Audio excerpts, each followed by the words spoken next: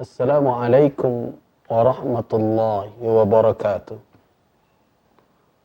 Alhamdulillah alladhi afragha ala qalbi ibadihi almuttaqina at-taqwa was-sabr ala at-ta'ah. Ashhadu an la ilaha illallah wa ashhadu anna Muhammadar Rasulullah. Allahumma salli wa sallim على عبدك ورسولك محمد بن عبد الله وعلى آله وأصحابه ومن والاه أما بعد عباد الله أمة الإسلام رحمكم الله. Tidak ada yang mengingkari bahwa di antara pelajaran berharga yang bisa diambil dari ibadah siyam adalah as-sabru atau kesabaran. Kesabaran adalah kalimat yang mudah kita ucapkan tetapi rumit untuk dipraktekkan.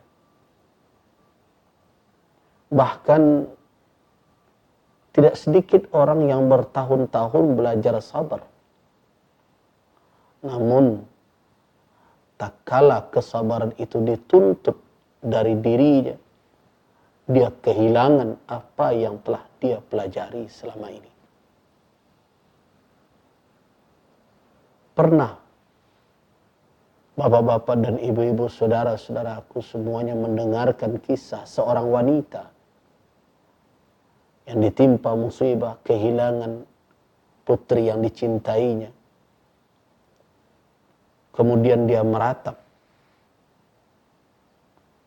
Rasulullah sallallahu alaihi wasallam menghampirinya, berbisik kepadanya, berkata, "Usbiri, usbiri ya amatallah, wahai hamba Allah, bersabarlah." Wanita itu menjawab, "Ilaika anni, innaka lam tusab bi musibati."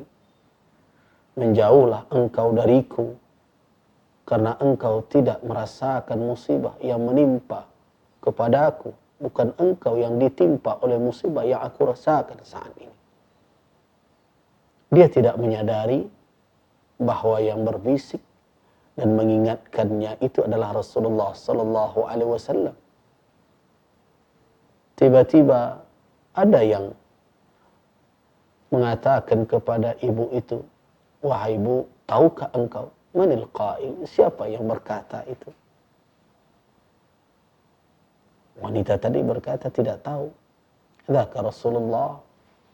Kata orang itu yang mengingatkannya tadi itu adalah Rasulullah. Maka bergegaslah wanita itu berdiri dengan rasa malu dan rasa bersalah mencari Nabi sallallahu alaihi wasallam. Dan ia langsung menuju rumah Nabi tanpa ada pengawal yang mengawal rumah itu. Sehingga dia mudah berjumpa dengan Rasul dan berkata, "Ya Rasulullah, saya sabar." Tapi apa kata Nabi?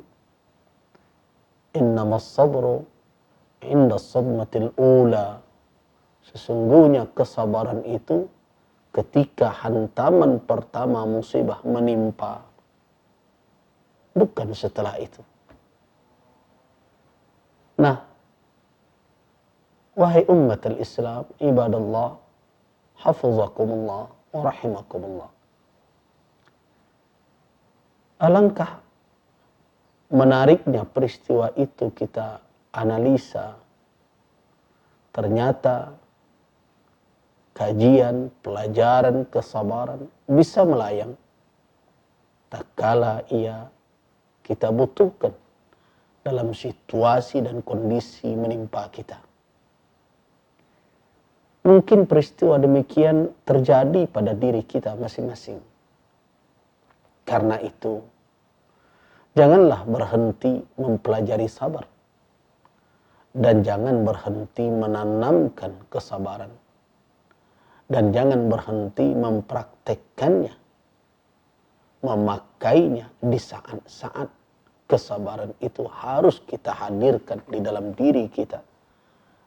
dan harus mempengaruhi sikap dan perilaku kita di dalam kondisi-kondisi kita dituntut untuk bersabar. Nah, wahai kaum muslimin, di antara ibadah yang menjadi suatu kesempatan berharga untuk belajar kesabaran adalah saum, puasa. Nabi SAW mengingatkan bahwa orang yang berpuasa mestinya memiliki tameng. As-sawmu junnah. Tameng dari apa?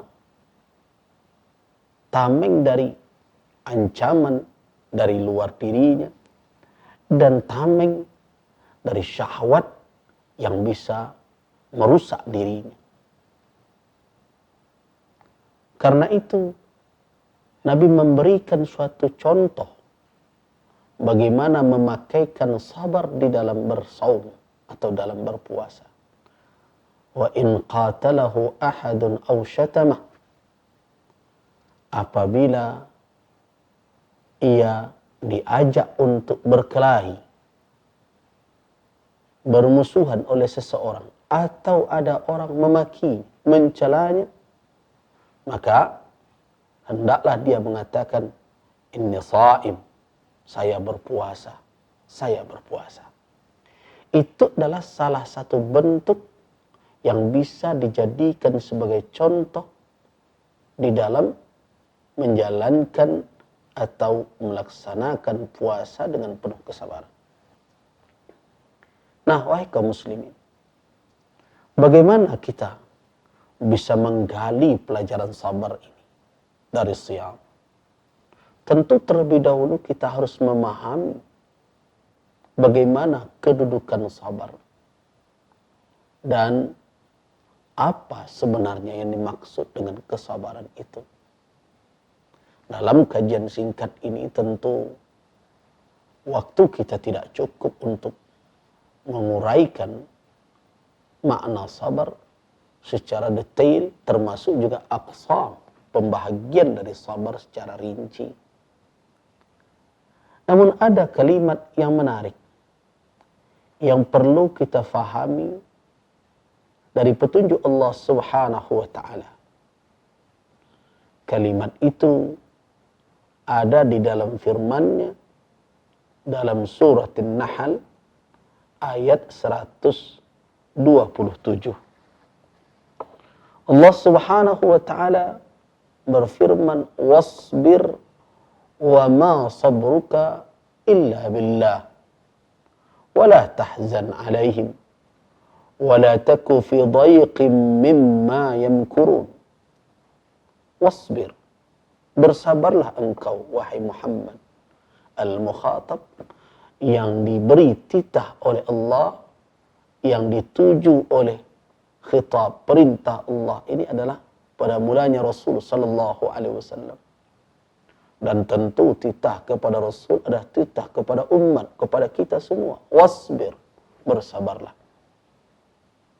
Selama tidak ada pembatasan itu khusus untuk Rasul, maka khitabul lirrasul khitabul lil ummah. Titah kepada Rasul berarti titah untuk umat keseluruhan. Wa ma sabruka illa billah. Dan tiadalah kesabaran itu yang engkau miliki itu melainkan billah, dengan taufik dari Allah, inayah dari Allah Subhanahu wa taala. Ini yang perlu kita fahami. Kalau Allah Subhanahu wa taala mengatakan kepada Nabi dengan kemuliaan akhlak beliau yang diberikan oleh Allah kesaksian atas kemuliaan akhlak tersebut, wa innaka la'ala khuluqin azim, atas segala sifat beliau yang sangat bisa mengendalikan diri, kebersihan hati beliau, ketenangan jiwa beliau. Allah katakan, wa ma sabruka illa billah. Kesabaran yang engkau miliki itu tidak ada melainkan dengan Allah Subhanahu wa taala. makna billah di situ dalam kajian sebagian ulama tafsir adalah bitaufiq wal inayah, dengan taufik dan inayah dari Allah Subhanahu wa taala. Nah, coba kita lihat diri kita dengan segala syahwat kita yang sering bergejolak,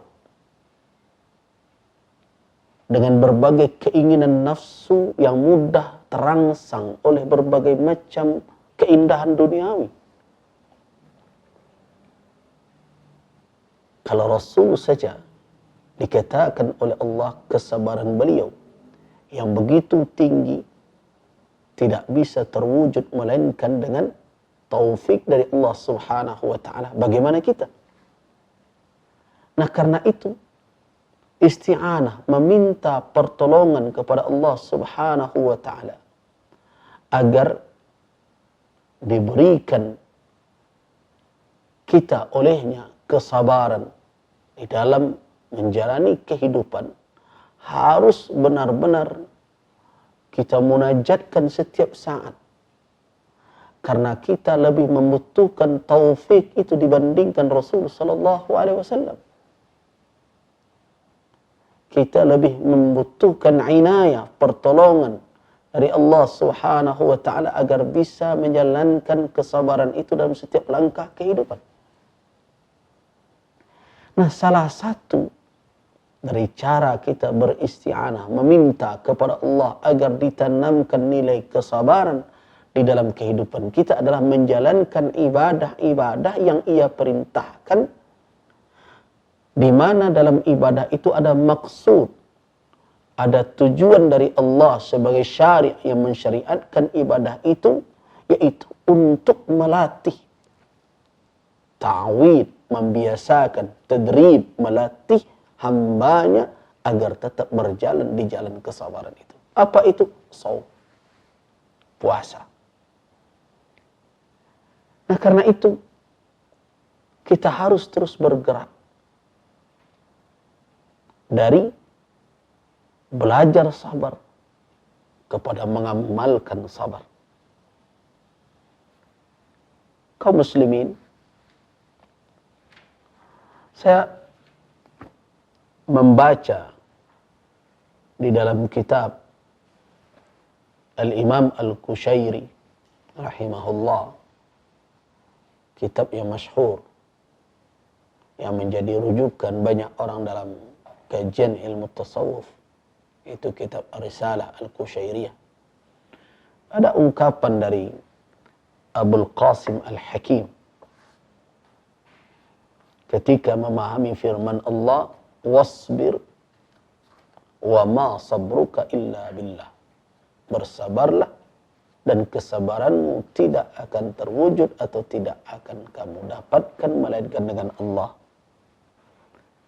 Beliau mengatakan, qauluhu ta'ala wasbir amrun bil ibadah. Firman Allah Ta'ala yang mengatakan wasbir, bersabarlah, adalah perintah untuk beribadah. As-sabru, kesabaran itu adalah ibadah pada hakikat. Jadi kita berpuasa, menahan diri dari segala muftirat yang akan membatalkan puasa, adalah kesabaran dalam beribadah. Wa qauluhu ta'ala, sedangkan firman Allah Ta'ala yang berikutnya, wa ma sabruka illa billah, kelanjutan dari ayat surat An-Nahl, masih di dalam ayat yang sama. Awalnya wasbir, pertama bersabarlah. Lanjutnya adalah wa ma sabruka illa billah. Kalimat wa ma sabruka illa billah adalah ubudiyah. Jadi ibadah, ubudiyah. Ada kalimat ibadah, ada ubudiyah, kata Al-Qasim, Abul Qasim Al-Hakim. Apa maksudnya?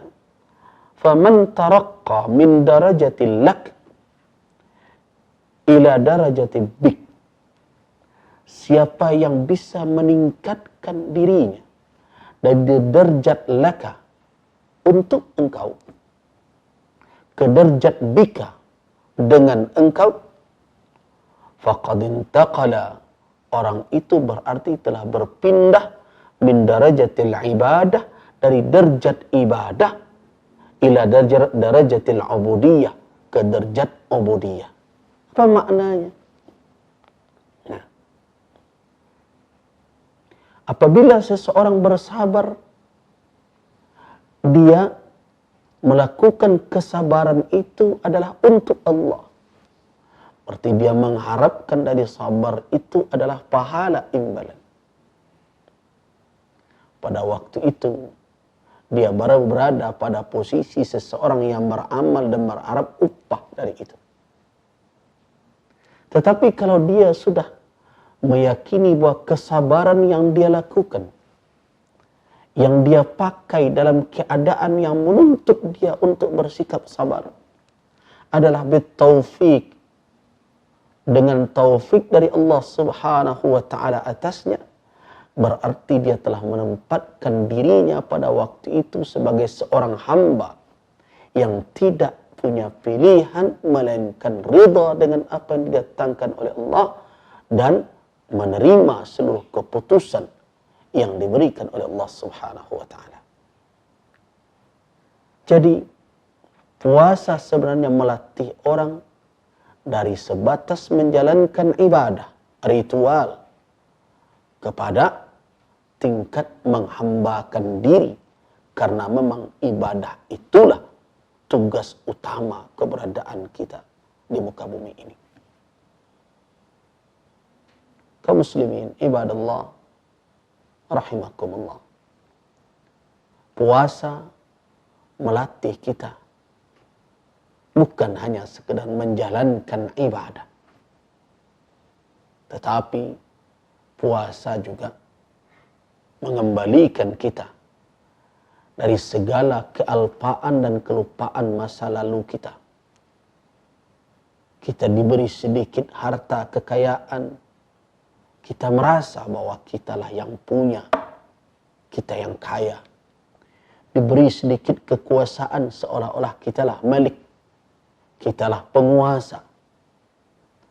Itu adalah selubung-selubung yang menutupi rasa kesadaran hakiki yang ada di dalam diri seorang hamba Allah.